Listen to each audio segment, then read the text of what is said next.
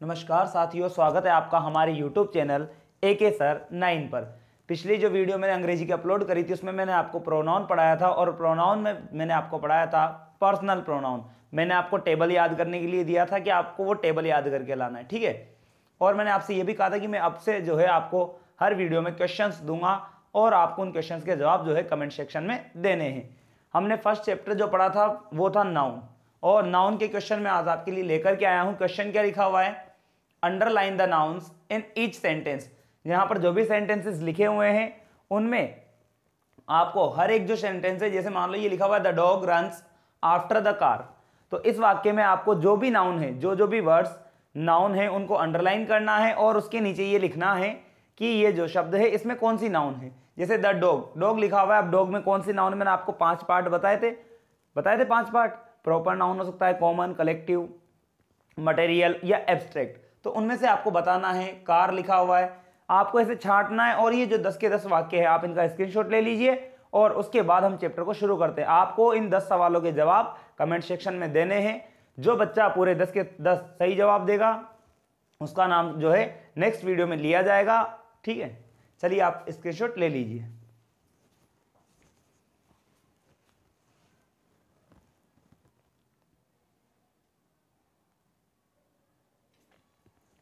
आप लोगों ने जो है स्क्रीनशॉट ले लिया होगा, अब मैं इसे मिटा देता हूं और आज हम पढ़ेंगे next pronoun.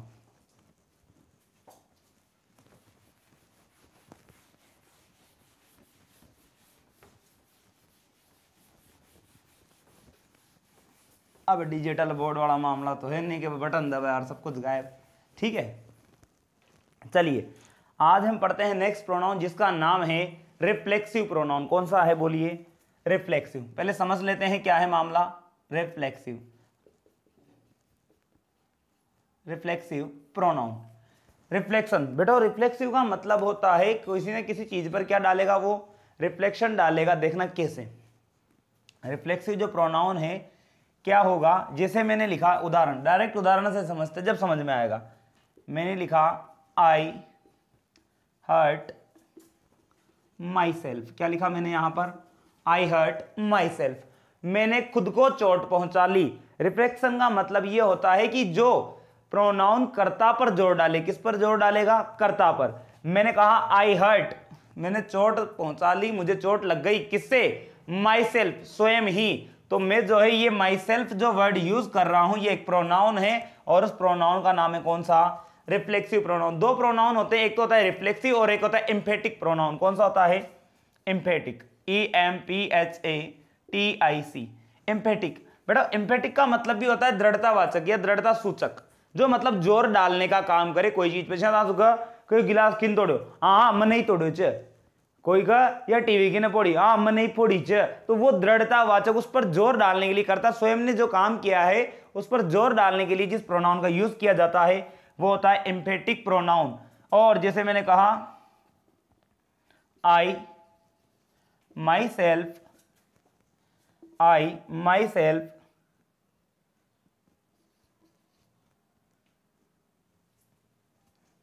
I myself broke this glass. I myself broke this glass, मैंने ही ये ग्लास जो है खुद ही तोड़ डाला। I broke या I myself broke this glass। अगर मैं ये जो वर्ड यूज कर रहा हूं myself, यहां पर भी मैंने myself यूज किया है, दोनों जगह सेम वर्ड है। फिर आप कहोगे सर इसमें अंतर क्या है? आप कह रहे हो ये रिफ्लेक्सिव प्रोनाउन है और ये एम्फेटिक प्रोनाउन है। अगर जो माई सेल्फ होता है, योर सेल्फ होता है, ये सब रिफ्लेक्सिव प्रोनाउन होते हैं, लेकिन अगर इनका यूज, अगर इन शब्दों का यूज जैसे माई सेल्फ है, अगर यू के लिए करोगे तो योर सेल्फ हो जाएगा, ठीक है। ही के लिए करोगे तो हिमसेल्फ हो जाएगा। तो ये जो ऐसे प्रोनाउन होते हैं, अगर इनका प्रयोग सब्जेक्ट के जस्ट बाद किया जा रहा है, आई माई सेल्फ, हाँ मैंने ही, ब्रोक तोड़ डाला है, दिस ग्लास, इस ग्लास को, ठीक है। तो फिर क्या होगा? अगर इनका प्रयोग हम जस्ट कहां कर रहे हैं? कर्ता के बाद। जो हमारा वाक्य में सब्जेक्ट है, अगर हम उसके तुरंत बाद इनका यूज करते हैं तो ये बन जाएंगे दृढ़तावाचक या दृढ़ता सूचक, उन्हें बोला जाएगा एम्फेटिक। अगर इनका प्रयोग, देखो रिफ्लेक्शन, कोई भी चीज का जो रिफ्लेक्शन पड़ा है, आप यार रिफ्लेक्शन आ रही है, ठीक है। तो रिफ्लेक्शन जो है दूर जाकर के पड़ता है, कहां जाकर के पड़ता है, दूर। जबकि जोर देना है तो किसी चीज पर वहीं जोर देना पड़ेगा जहां से हमें उससे काम है। तो एम्फेटिक मतलब अगर सब्जेक्ट के तुरंत बाद इन प्रोनाउन का यूज होता है तो वो एम्फेटिक कहलाते हैं, और अगर इन्हीं का प्रयोग सब्जेक्ट से थोड़ी दूर जाकर के होता है तो कौन से प्रोनाउन बन जाते हैं, रिफ्लेक्सिव प्रोनाउन बन जाते हैं। ठीक है, आप जो है इसका स्क्रीनशॉट ले लीजिए। रिफ्लेक्सिव का मतलब है जैसे माई सेल्फ हो गया, मतलब कर्ता पर जोर डालने वाले। किसके ऊपर जोर डालेंगे, कर्ता पर। लेकिन अगर मान लो वो सब्जेक्ट से दूर है तो रिफ्लेक्सिव है, क्योंकि रिफ्लेक्शन पड़ता है दूर, और अगर जोर देना है तो वहीं पर देना पड़ेगा। सब्जेक्ट के तुरंत बाद अगर आएगा तो वो रिफ्लेक्सिव होगा, सॉरी सब्जेक्ट के अगर तुरंत बाद आ रहा है तो कौन सा होगा, एम्पेटिक या एम्पेसाइजिंग प्रोनाउन भी से बोला जाता है। ठीक है, और अगर थोड़ी दूर जाकर के रिफ्लेक्शन होता है तो फिर कौन सा हो जाएगा, रिफ्लेक्सिव प्रोनाउन। लिख लीजिए, स्क्रीनशॉट ले लीजिए।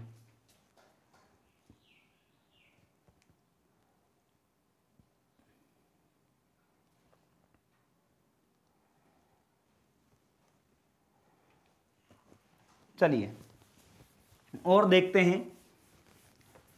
इसके बाद एक प्रोनाउन होता है। बेटा प्रोनाउन के क्या है, पूरे पार्ट पूछे नहीं जाते हैं, तो मैं क्या है आपको केवल एक एक उदाहरण दे रहा हूं। एक होता है आपके डेमोन्स्ट्रेटिव। कौन सा होता है, डेमोन्स्ट्रेटिव। डेमोन्स्ट्रेटिव का मतलब है, डेमोन्स्ट्रेटिव का मतलब होता है संकेतवाचक विशेषण। कौन सा होता है, संकेतवाचक। देखिए डेमोन्स्ट्रेटिव का मतलब क्या है, संकेतवाचक है। मतलब ये विशेषण क्या कर, सॉरी संकेतवाचक सर्वनाम, विशेषण थोड़ी, विशेषण तो एडजेक्टिव को बोलते हैं। तो जैसे मैंने कहा दिस इज माई बुक, क्या बोला मैंने, दिस इज माई बुक। चलिए और कुछ लिख लेते हैं, that is your pen, these are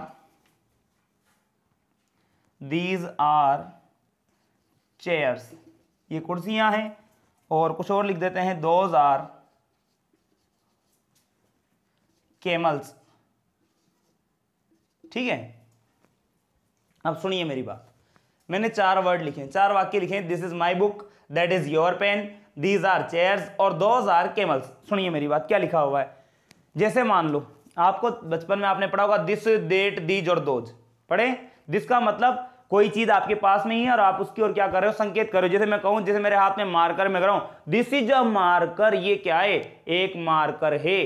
फिर अगर ये थोड़ा दूर रखा होता तो अपन क्या करते थे, दैट इज अ मार्कर बोलते थे।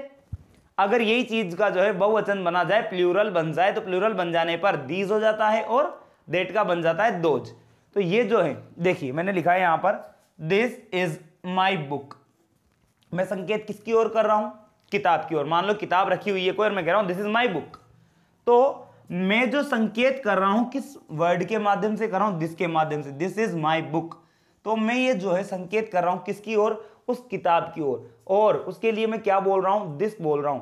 तो ये जो वाक्य में लिखा हुआ है दिस किसकी जगह आ रहा है, बुक की जगह। मैंने आपको यही तो बताया था कि ऐसा शब्द जो किसके स्थान पर आए, संज्ञा के स्थान पर। मैं बुक के लिए प्रयोग कर रहा हूं, दिस इज माई बुक, ये किताब मेरी है, यह वाली किताब मेरी है। तो यह जो मैं प्रयोग कर रहा हूं, जो शब्द यह, हिंदी में बोले तो यह और अंग्रेजी में बोले दिस, ये जो शब्द मैं यूज कर रहा हूं किसके लिए यूज कर रहा हूं, उस किताब के लिए। तो किताब की जगह पर जो शब्द यूज किया जा रहा है वो क्या होगा, वो प्रोनाउन होगा, क्योंकि नाउन के स्थान पर जो शब्द यूज किए जाते हैं, a word which is used in place of noun, उसे क्या कहा जाता है, प्रोनाउन।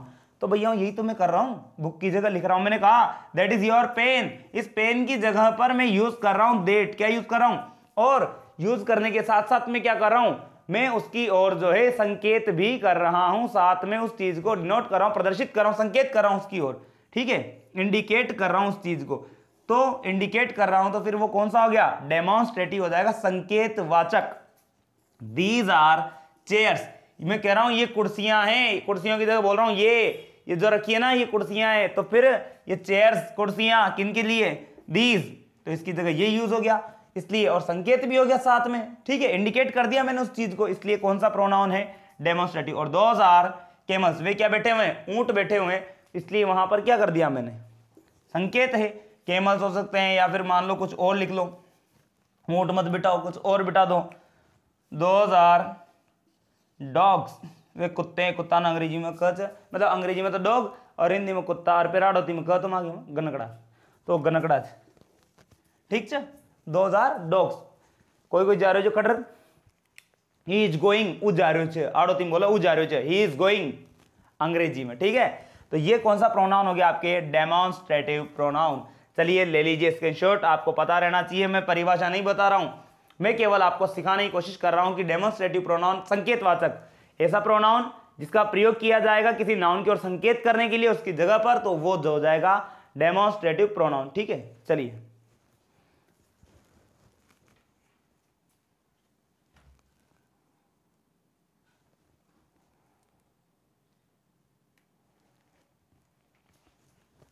नेक्स्ट जो है वो है रिलेटिव प्रोनाउन। कौन सा है, रिलेटिव। रिलेटिव तो जानो छे, रिश्तेदार। आओ छे, ओ मगज गण है रिलेटिव, आओ रिलेटिव को मतलब हो जाए रिश्तेदार। तो अब ऐसा हम प्रोनाउन पढ़ने जा रहे हैं जो क्या बताएगा, संबंध को बताएगा। क्या बताएगा, संबंध। रिलेटिव प्रोनाउन यूज तो किसकी जगह पर होना है, नाउन की जगह पर, क्योंकि अगर नाउन की जगह यूज नहीं होगा तो काय का प्रोनाउन। प्रोनाउन वही तो होता है जो नाउन की जगह यूज हो। चलिए देखते हैं क्या है मामला। मैंने लिखा रिलेटिव का मतलब संबंधवाचक, संबंधवाचक। चलिए देखते हैं क्या है मामला। संबंधवाचक मैंने लिखा, मैं आपसे क्वेश्चन कर रहा हूं, where is the ring. Where is the ring, वो अंगूठी कहां है, विच आई गेव यू, जो मैंने तुम्हें दी थी। Where is the ring which I gave you. तो बेटा मैंने यहां पर देखो एक शब्द आ रहा है रिंग। क्या आ रहा है, रिंग। रिंग एक कॉमन नाउन है, पढ़ाया हमने, रिंग पेन वगैरह नाम दे दे स्पेशल तो प्रॉपर, अदरवाइज कौन सी है, कॉमन नाउन। और एक आ रहा है आई, ये प्रोनाउन है। देखो मैं आपसे क्या पूछ रहा हूं, वेयर इज द रिंग, वो अंगूठी कहां है, कौन सी अंगूठी, विच आई गेव यू, जो मैंने तुम्हें दी थी। मैं यहां पर एक वर्ड यूज कर रहा हूं विच, विच का मतलब है जो, विच का मतलब क्या है, जो बता रहा हूं अंगूठी कहां से जिम्मेदार दे दीजिए। तो मैं तुमसे ये कह रहा हूं वो अंगूठी, कौन सी अंगूठी, विच, जो मैंने तुम्हें दी है। तो इस रिंग की जगह पर मैं यूज कर रहा हूं क्या, विच। जोड़ने का काम हो रहा है, दो वाक्यों को जोड़ तो रहा है इसी भाई, दो वाक्यों को जो विच है वो जोड़ने का काम कर रहा है, इसलिए रिलेटिव है। और प्रोनाउन इस वजह से है क्योंकि मैं बात किसकी कर रहा हूं, विच के माध्यम से, उस रिंग की। जैसे मैंने कहा आई नो द बॉय, मैं उस लड़के को जानता हूं। आई नो द बॉय, मैं उस लड़के को जानता हूं। Who is your student, who is your student, जो तुम्हारा क्या है, विद्यार्थी है। तो मैं किस लड़के को जानता हूं, मैं उस ही लड़के को जानता हूं जो क्या है, तुम्हारा विद्यार्थी है, स्टूडेंट है। तो इस बॉय की जगह पर हु जो आ गया वापस से, तो उस बॉय के लिए देखो जोड़ने का काम ये कर रहा है।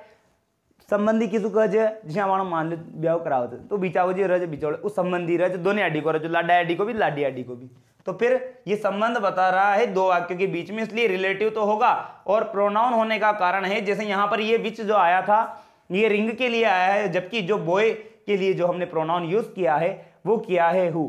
तो ऐसे जो प्रोनाउन होते हैं जो संबंध बताते हैं, क्या बताते हैं, संबंध। संबंध बता रहे हैं ना दो के बीच में, कि वही अंगूठी कहां पर है जो मैंने तुम्हें दी थी, जुड़ गया कनेक्शन। और क्या हो गया, विच लगा दिया हमने उसकी जगह पर, जो यूज कर दिया बॉय की जगह हमने यूज कर दिया हु, तो नाउन की जगह पर यूज भी हो गया और जोड़ने का काम भी कर दिया। इसलिए ऐसे प्रोनाउंस को बोला जाता है रिलेटिव प्रोनाउन। विच, हु, हुम जो भी आते हैं, जो वाक्य के बीच में आ रहे हैं और नाउन की जगह यूज किए जा रहे हैं, उन्हें बोला जाएगा कौन से प्रोनाउन, रिलेटिव प्रोनाउन। में परिभाषा नहीं बताऊंगा, केवल आपको उदाहरण के माध्यम से समझाऊंगा। तो चलिए इसका स्क्रीनशॉट ले लीजिए, उसके बाद देखेंगे नेक्स्ट।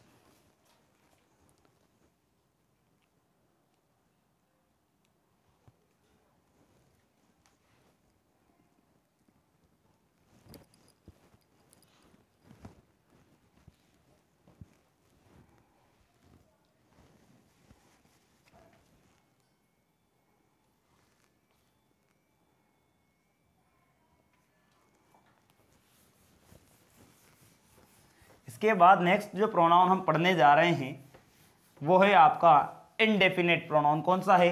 इंडेफिनेट प्रोनाउन, अनिश्चयवाचक सर्वनाम। कौन सा है बोलिए?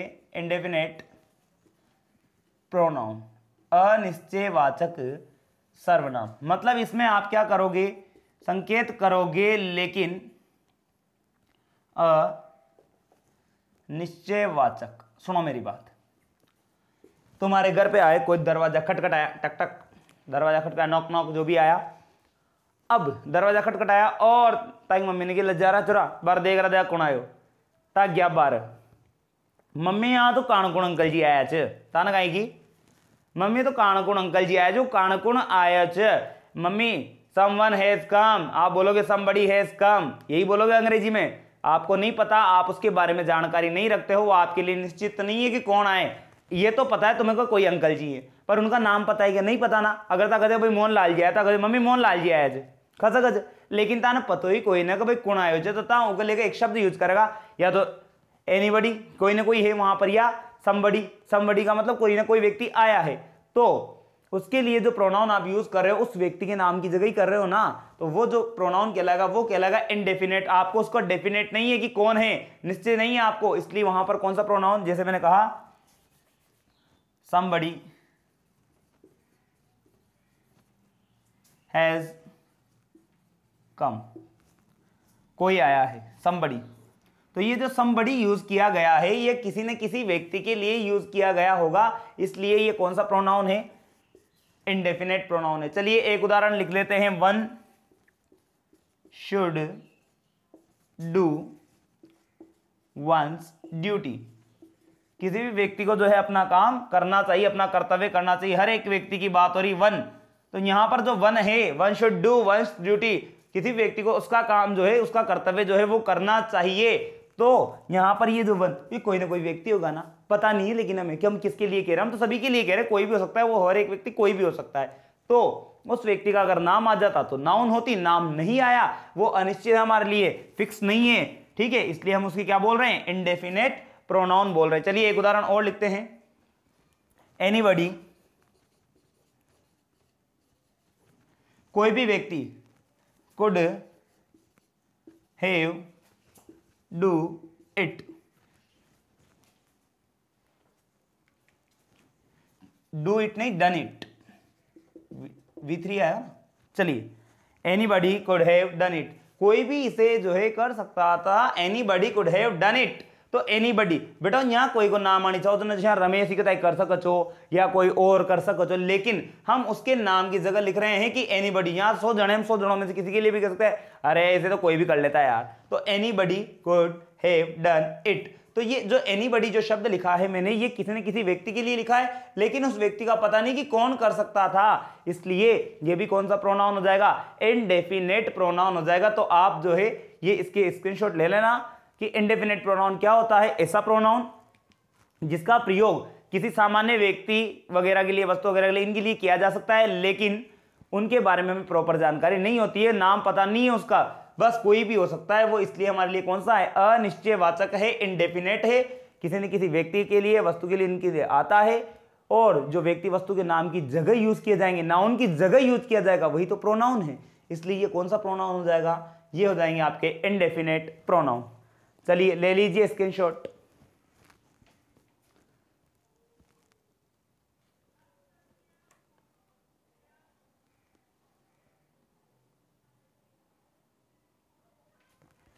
और नेक्स्ट है इंटरोगेटिव। कौन सा है?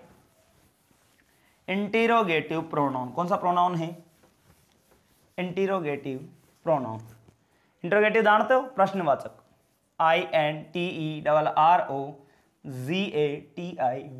Interrogative pronoun. इंटरोगेटिव मतलब कि प्रश्नवाचक। कौन सा है? प्रश्नवाचक। देखिए जैसे मैंने कहा, अरे सीधा सा उदाहरण बचपन से सुनते आ रहे हो, व्हाट इज योर नेम, ताको नाम कहीं छ, मारो नाम तो अक्षय प्रजापति छ, मारो छ बेटा ये तो ना, ताको कहीं छ, व्हाट इज योर नेम। पढ़ते हो बचपन में से?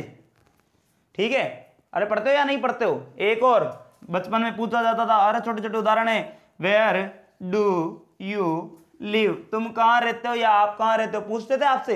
एक बात बताओ, मैं लिखा व्हाट इज योर नेम, ठीक है, क्या लिखा हुआ है?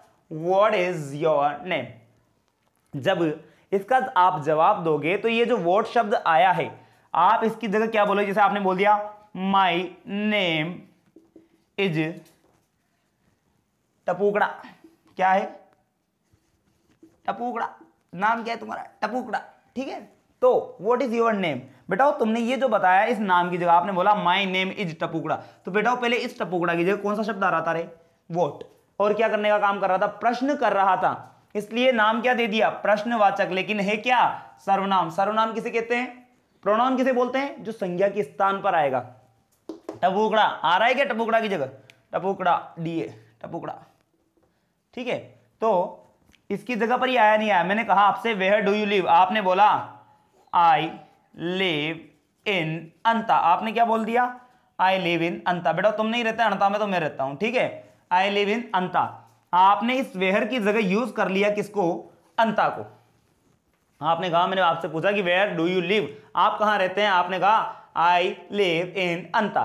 ठीक है, आपने कहा कि मैं अंता में रहता हूं। तो इस वेहर को मैंने आपसे जब प्रश्न किया था, मैंने आपसे पूछा था वेहर, तो आपने इस वेहर शब्द का जो है किसके लिए यूज किया?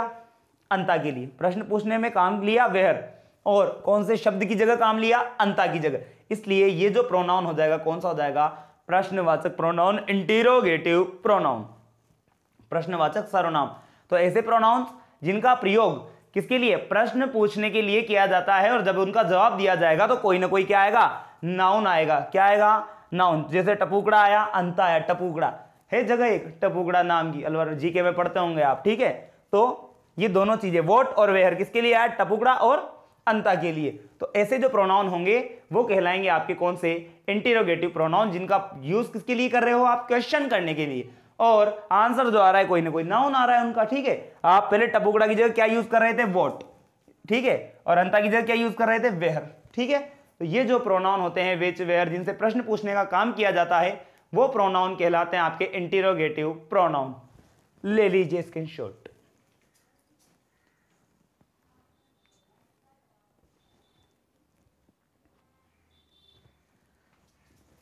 लास्ट एंड फाइनल जो आपके लास्ट प्रोनाउन है वो है रेसिप्रोकल प्रोनाउन। कौन सा है? रेसिप्रोकल। रेसिप्रोकल जो है, रेसिप्रोकल काला हो गई हो ना, रेसिप्रोकल कौन सा है? बोलिए। Reciprocal pronoun. बेटा रेसिप्रोकल का मतलब होता है जो परस्पर संबंध को बताएं। जो क्या बताएंगे? परस्पर संबंध को बताएंगे, संबंध को बताने वाले। एक अपन ने पढ़े थे रिलेटिव, वो क्या होता है? वो दो वाक्यों के बीच में आता है, जोड़ने का काम करता है, फिर नाउन की जगह आता है। ये केवल परस्पर संबंध को दर्शाते हैं। जैसे मैंने कहा संबंधवाचक बोल देते हैं, उन्हें भी वही बोलते, परस्पर वाचक भी बोला जाता है, परस्पर संबंधवाचक। ठीक है, तो जैसे मैंने लिखा यहां दो पड़ोसी ज और प्रेम मच कहीं ज, मैंने लिखा टू नेबर्स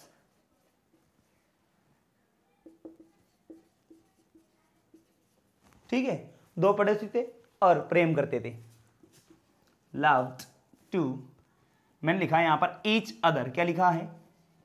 ईच अदर। बेटा ईच अदर, ये जो टू नेबर्स हैं, कोई ना कोई नाम होंगे, राम एंड श्याम हो सकते हैं, सॉरी राम और सीता हो सकते हैं, है ना। तो ये जो टू नेबर्स हैं, कोई भी हो सकता है, जेठालाल जी और बबीता हो सकते, कहीं भी हो सकते। ठीक है, तो टू नेबर्स जो है नहीं हो सकते, देखा होगा ना तुमने जेठालाल जी और बबीता वाला। तो ये जेठालाल एंड बबीता ये भी हो सकते हैं। लव टू ईच अदर लिख सकता हूं मैं यहां पर, येलो मार दिया मैंने, येलो। बेटा ये दो जनों के नाम है या नहीं है ना, जेठालाल जी और बबीता हो।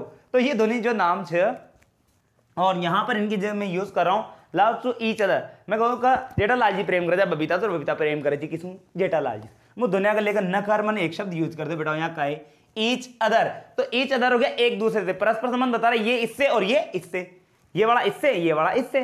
तो ईच अदर हो गया, क्या हो गया बोलो? Each other. और ईच अदर हो गया तो फिर आपके लिए जो है क्या हो गया? वो रेसिप्रोकल प्रोनाउन हो गया। कौन सा प्रोनाउन हो जाएगा? Reciprocal pronoun. ईच अदर का जो प्रयोग किया जाता है वो दो व्यक्तियों के बीच परस्पर संबंध को बताने के लिए करते हैं। कितने व्यक्तियों के लिए? दो व्यक्तियों के लिए। और एक होता है वन अनदर। जैसे मान लो आपकी फैमिली है 8-10 जने, लेकिन फैमिली में जो 8-10 जने हैं वो आपके एक दूसरे का सपोर्ट करते हुए चलते हैं। जैसे मैंने आपके लिए एक उदाहरण लेके आया हूं मैं, all the members of the family, all the members of the family helped each other या one another।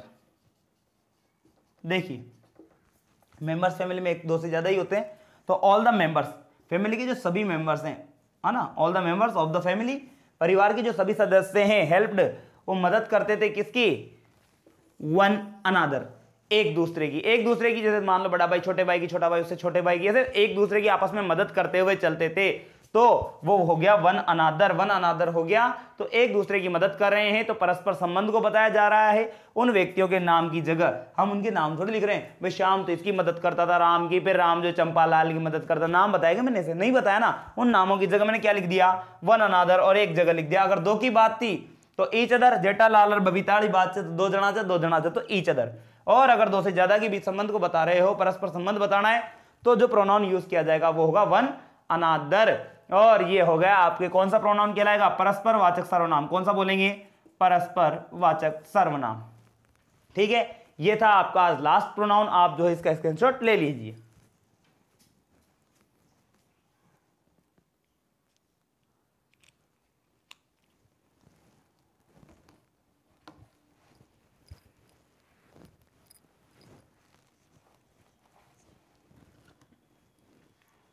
तो ये था बेटाओ आपके जो है प्रोनाउन चैप्टर आज कंप्लीट हो चुका है।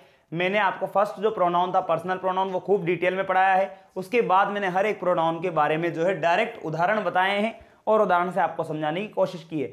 अगर आपको हमारी ये वीडियो पसंद आती है तो वीडियो को लाइक करें, शेयर करें। और मैंने आपको फर्स्ट में जो है आज काम दे दिया है, पहले ही 10 वाक्य दिए हैं नाउन के, तो उनके जवाब कमेंट सेक्शन में जरूर देने हैं।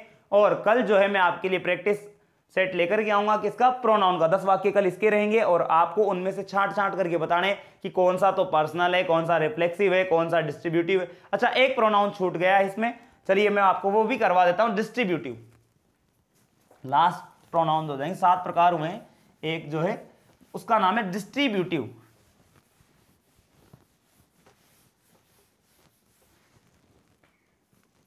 एक जो नाम है वो है डिस्ट्रीब्यूटिव। बेटा डिस्ट्रीब्यूट का मतलब क्या होता है, बांटना। तो डिस्ट्रीब्यूटिव जो प्रोनाउन है ये बांटने का काम करेगा। किसका काम करेगा, बांटने का। जैसे उदाहरण मैंने लिखा है, डिस्ट्रीब्यूटिव का मतलब ये हो गया बांटने वाला। विभाग सूचक बोलते हैं हिंदी में, क्या बोलते हैं, विभाग सूचक। ठीक है, जैसे मैंने कहा each of the girls got a prize। देखिए ईच, ये जो ईच आ रहा है, ईच का मतलब क्या होता है, प्रत्येक। होता है या नहीं होता है, होता है। मैंने कहा each of the girls got a prize, हर एक लड़की को क्या मिला, प्राइज मिला। बेटा मैं बात कर रहा हूं ऑफ द गर्ल्स, ये जो लड़कियां हैं इन सारी में से हर एक को। जैसे मान लो आपको पता हो 15 अगस्त 26 जनवरी इन पर डिस्ट्रीब्यूट होते हैं, पुरस्कार वितरण होता है कि नहीं होता, प्राइज डिस्ट्रीब्यूट होते हैं। तो उनमें से जैसे मान लो 10 लड़कियां और 10 को प्राइज मिला। अब 10 के नाम में लिखने की जगह मैं यूं कह रहा हूं, जैसे वहां पर 10 लड़कियां थी तो मैंने कह दिया each of the girls got a prize. प्रत्येक लड़की को, जो भी वहां पर उपस्थित थी, जितनी भी वो थी, उनमें से प्रत्येक लड़की को क्या मिला है, एक प्राइज मिला है। तो मैंने एक शब्द यूज किया है ईच, मतलब कि प्रत्येक को मिला। या तो मैं उन 10 के नाम लिखूं या उन 10 को जो है अलग अलग जिनको प्राइज मिला है, मैं उन 10 के नाम की जगह पर एक वर्ड यूज कर दिया मैंने, ईच ऑफ द गर्ल्स, लड़कियों में से हर एक को। तो हर एक जो है, हर एक का मतलब वो 10 है, तो उन 10 के ही नाम आएंगे। और नाम ही क्या है, नाउन। तो नाउन की जगह मैं सीधा सा यूज कर रहा हूं ना, ईच। ईच यूज कर दे तो हो गया काम, मत लिखो, ठीक है। और neither of the boys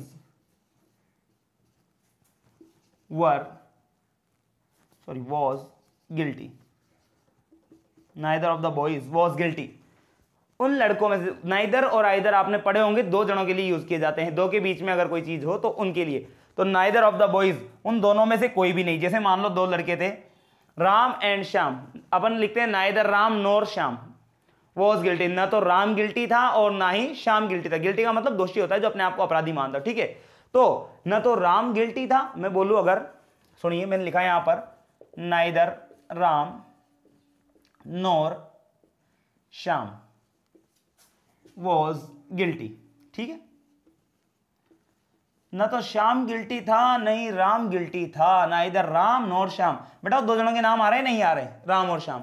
इनकी जगह मैंने केवल डायरेक्ट लिख दिया है नाइदर ऑफ द बॉयज या neither of the two boys. अगर मैं यहाँ टू ना भी लिखूं तभी मतलब दो ही है, क्योंकि नाइदर केवल और केवल, नाइदर और आइदर केवल दो में से आते हैं, दो के लिए नाइदर और आइदर आता है। ठीक है, मैं यहाँ टू बॉयज लिखूं तब भी बात वही है, मैं केवल बॉयज लिखूंगा तब भी वही बात है। Neither of the boys was guilty, दोनों लड़कों में से कोई भी लड़का क्या नहीं था, गिल्टी नहीं था, दोषी नहीं था। तो नाइदर बेटा कोई नहीं, तो मैं किसकी जगह यूज कर रहा हूं, न तो राम न श्याम, दोनों की जगह, इन दोनों नामों की जगह मैंने यूज कर दिया जो शब्द वो है नाइदर, कि दोनों में से कोई भी नहीं था, नाइदर। तो क्या हो गया, जो शब्द नाउन की जगह आ गया, बेटा इन दोनों के नाम की जगह आ गया ना नाइदर। उसी प्रकार यहां पर भी उन लड़कियों के नाम की जगह आ गया ईच। तो ये होते ही ये बांटने का काम भी कर रहे हैं, डिस्ट्रीब्यूटर है ना, दो जने तो अलग अलग, तो ईच नाइदर वगैरह ये जो आते हैं जो डिस्ट्रीब्यूट करने का काम करते हैं और नाउन की जगह आते हैं, वही क्या कहलाते हैं, प्रोनाउन कहलाते हैं। तो ये लास्ट था आपके लिए डिस्ट्रीब्यूटिव प्रोनाउन, लिख लीजिए, स्क्रीनशॉट लोगे लिखोगे तो क्या।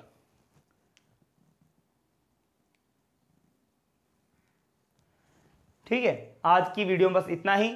नेक्स्ट वीडियो में मैं आपको जो है प्रोनाउन से संबंधित क्वेश्चन ला करके दूंगा और आप उनका जवाब कमेंट सेक्शन में देंगे। अगर आपको लगता है कि हम मेहनत करते हैं, बड़ी मुश्किल हो, देखो आजकल डिजिटल का जमाना है, अब डिजिटल बोर्ड की व्यवस्था है नहीं, तो हम तो केवल साधारण बोर्ड पर ही आपको पढ़ा सकते हैं। अगर आपको लगता है हम मेहनत करते हैं आपके लिए तो, और टाइम निकाल करके आपके लिए वीडियो बनाते हैं, तो आपको अगर सीखने को मिलता है तो प्लीज आप जो है हमारे चैनल को सब्सक्राइब जरूर करें। और ऐसे ही नेक्स्ट वीडियो में आपको और भी सारी चीजें, पूरी इंग्लिश ग्रामर में आपको कंप्लीट करवा दूंगा, छोटे छोटे टॉपिक से लेकर के नाउन प्रोनाउन पूरे पार्ट्स ऑफ स्पीच होने के बाद tense, active, passive, direct, indirect, दुनिया भर की जितनी भी चीजें हैं इंग्लिश ग्रामर से रिलेटेड मैं आपको टोटल पढ़ाऊंगा। कोई दिक्कत नहीं आएगी, आपको समझने में आराम से मैं समझाऊंगा। अगर कोई चीज समझ में नहीं आती है तो आप कमेंट सेक्शन में कमेंट करें, उसका जवाब आपको जरूर जरूर दिया जाएगा, पक्की बात है। ठीक है, चलिए आज के लिए धन्यवाद, चैनल को सब्सक्राइब करना मत भूलना।